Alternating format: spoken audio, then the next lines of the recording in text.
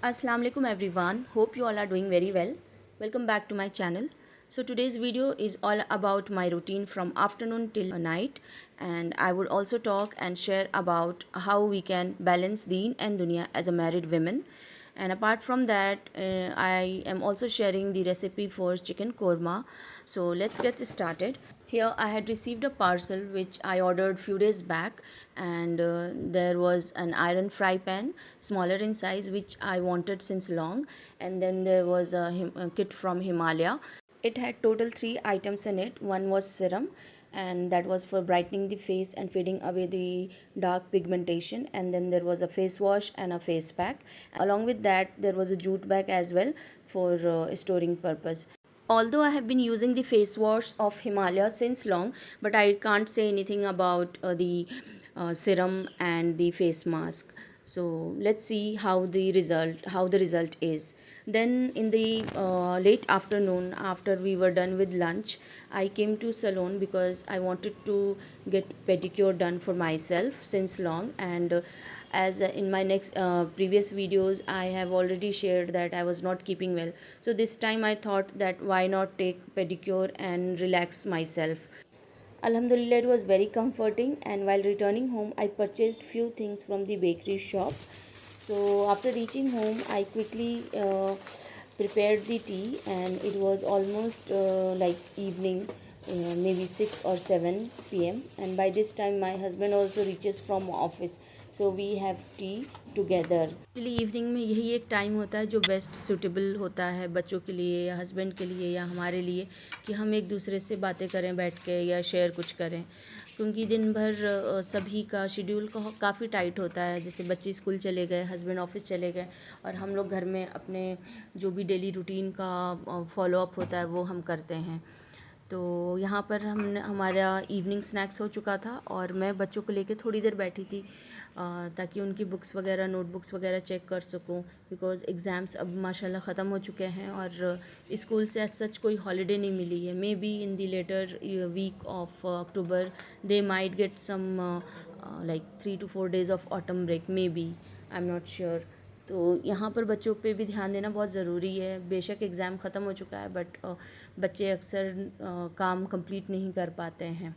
रात के खाने के लिए मुझे आज चिकन कोरमा प्रिपेयर करना था, तो मैंने चिकन पहले ही वॉश करके रख दिया था, और मुझे अदरक लहसुन का पेस्ट भी तैयार करना था। तो मैंने लहसुन को सोक करके रखा था, so that it is easy to peel off and make the paste easily.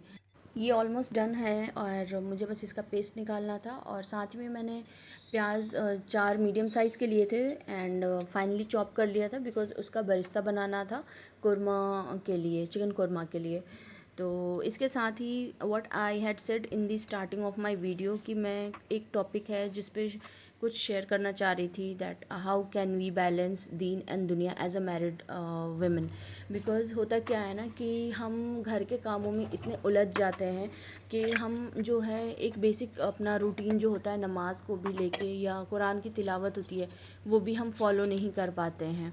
बेशक हम सब शादी से पहले as a practising Muslim we offer our namaz and recite Quran very well, and सब कुछ टाइम पे होता है। बट क्या होता है ना कि शादी के बाद कुछ एड ऑन रिस्पॉन्सिबिलिटीज़ हो जाती हैं, लाइक होल एंड सोल हमें अपना घर देखना है, कुकिंग करनी है, क्लीनिंग करनी है, अपने हस्बैंड का ख्याल रखना है, ऑफिस आ रहे हैं जा रहे हैं उन सब चीज़ों का, and there are many more things we think that we can handle, but in fact some of us have the habit of going beyond our comfort zone. मतलब अपने कंफर्ट जोन के बाहर जाके हम बहुत ज़्यादा एक्स्ट्रा करने की कोशिश करते हैं, and sometimes we get so much occupied in our daily course that we don't even think of taking rest and ignore our health as well. This is very genuine thing which I am sharing with you all, which sometimes lead to disaster.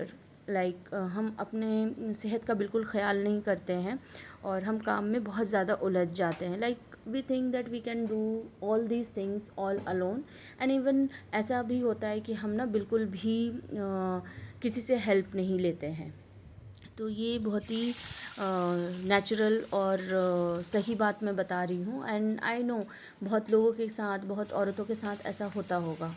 Recipe की तरफ बढ़ते हैं। यहाँ पर मेरा Barista तैयार हो चुका था और साथ ही में मैंने आटा भी लगाना था, बिकॉज़ आटा एक्चुअली आजकल 2 तरीके का घर में यूज़ हो रहा है। मेरे हस्बैंड लेकर आए थे मल्टीग्रेन। ही वांटेड कि वो मल्टीग्रेन का मतलब मुझे भी बोला है उन्होंने कि तुम भी मल्टीग्रेन की रोटी खाओ और हम भी बच्चों को भी देते हैं, बट बच्चे जो हैं वो अभी खाना शुरू नहीं किए हैं, दे डोंट लाइक इट।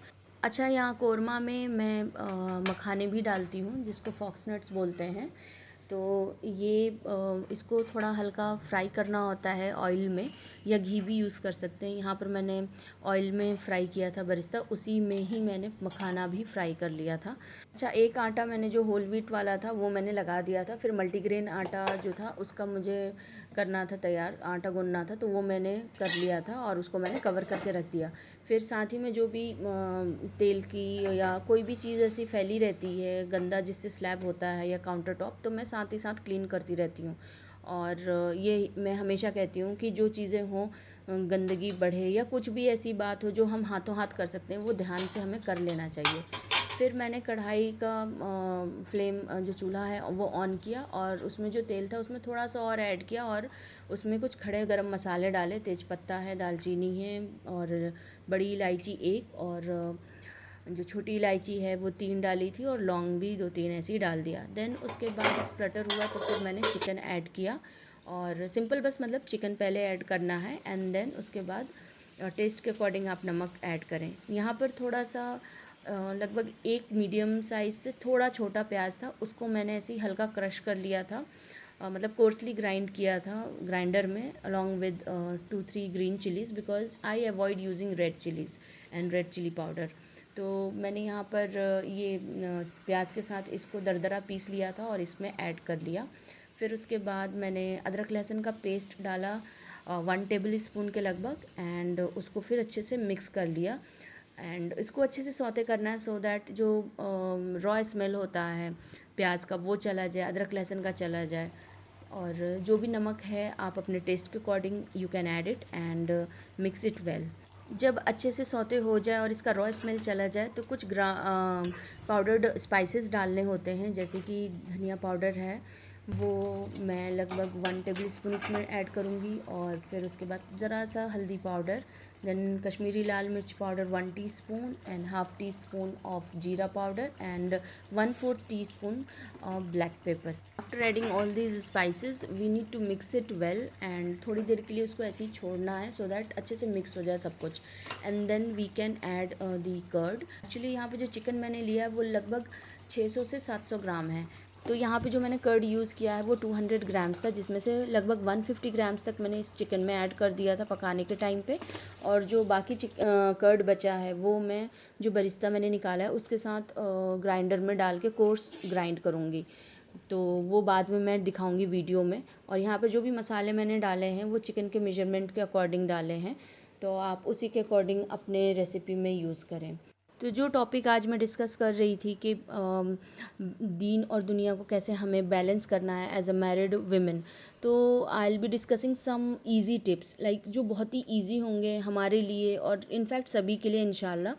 तो ये चीज़ें मैंने प्रैक्टिकली अपनाई भी हैं और मुझे बहुत सही भी लगा, तो इसीलिए मैं आप सबसे शेयर कर रही हूँ यहाँ पे। एक्चुअली जो भी काम हम करते हैं एज अ हाउस वाइफ, चाहे हम मतलब कुकिंग कर रहे हों, क्लीनिंग करें, हस्बैंड की या बच्चों का ख्याल रखें, बस एक नीयत सही होनी चाहिए। वो कहते हैं ना कि अगर हमारी नीयत सही नहीं है उस काम को लेके तो फिर उसमें बरकत भी नहीं होती है।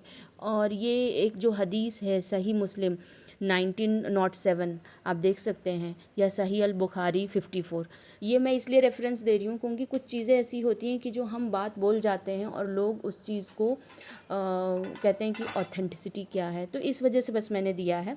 तो जो फर्स्ट पॉइंट मैं शेयर करूँगी वो है हैबिट, लाइक अपना जो नमाज के साथ हमें टाइम ब्लॉक बनाना होगा, तो ये हैबिट हमें अपनानी होगी और ये बहुत ज़रूरी है, बिकॉज़ जो हमारे जो 5 फ़र्ज़ नमाज हैं, दैट इज़ 5 ऑब्लिगेटरी प्रेयर्स, वो हमें अपना टाइम ब्लॉक उसी के अकॉर्डिंग सेट करना होगा, क्योंकि जो घर के सारे काम होते हैं हमें इन वक्त के दरमियान शेड्यूल करना चाहिए, so that it would be easy for us to offer our salah on time and do our work timely.